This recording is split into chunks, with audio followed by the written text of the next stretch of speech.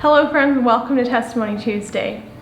Maybe it's just me, but just like I shared in the last Testimony Tuesday that I shared on, I really just get things backwards sometimes.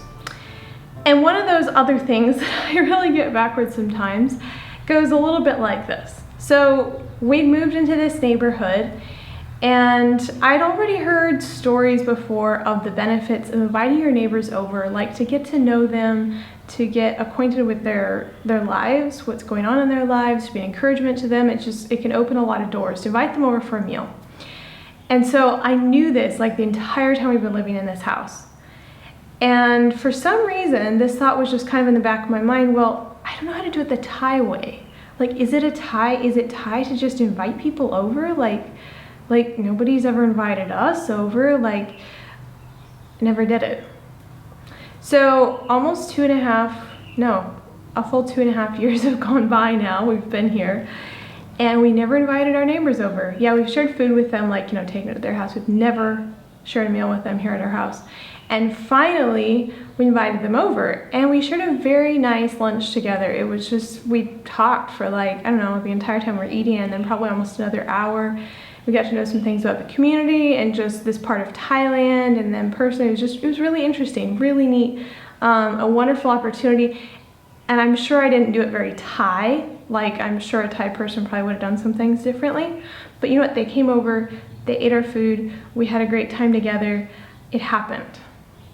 And as I was thinking about that, it just struck me, how often do I hold back from doing something because I'm not sure it's the culturally acceptable thing to do, but I'm being impressed to do it. But I'm not sure if it's a culturally acceptable thing to do or how to do it culturally acceptably, so I just don't do it. But I'm being impressed to do it, and I don't do it. And then there's other things that, like, I think would be great to do. It's like, this would be perfect, da-da-da-da-da.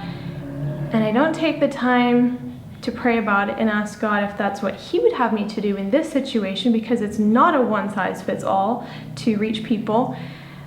But because I think it's a great idea, I just do it. You know what, friends, I'm learning that just because it seems like a good idea to me and that it'll go over well doesn't mean I should just do it. And just because I think it might not go over well, or I'm not sure if I'll be able to do it well, that I shouldn't do it. Because ultimately, if God is impressing you to do what doesn't seem like it's going to work very well, by all means, do it.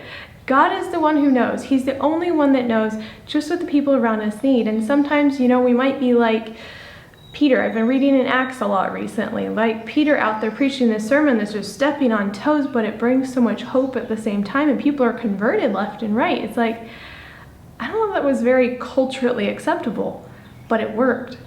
So one of my new challenges for myself is to not just go doing the things that I think will be okay or culturally acceptable, unless that's what God leads me to do. And to not hold back from doing the things that I think might not be a good idea when God says to do them. Because if God says to do it, by all means, do it.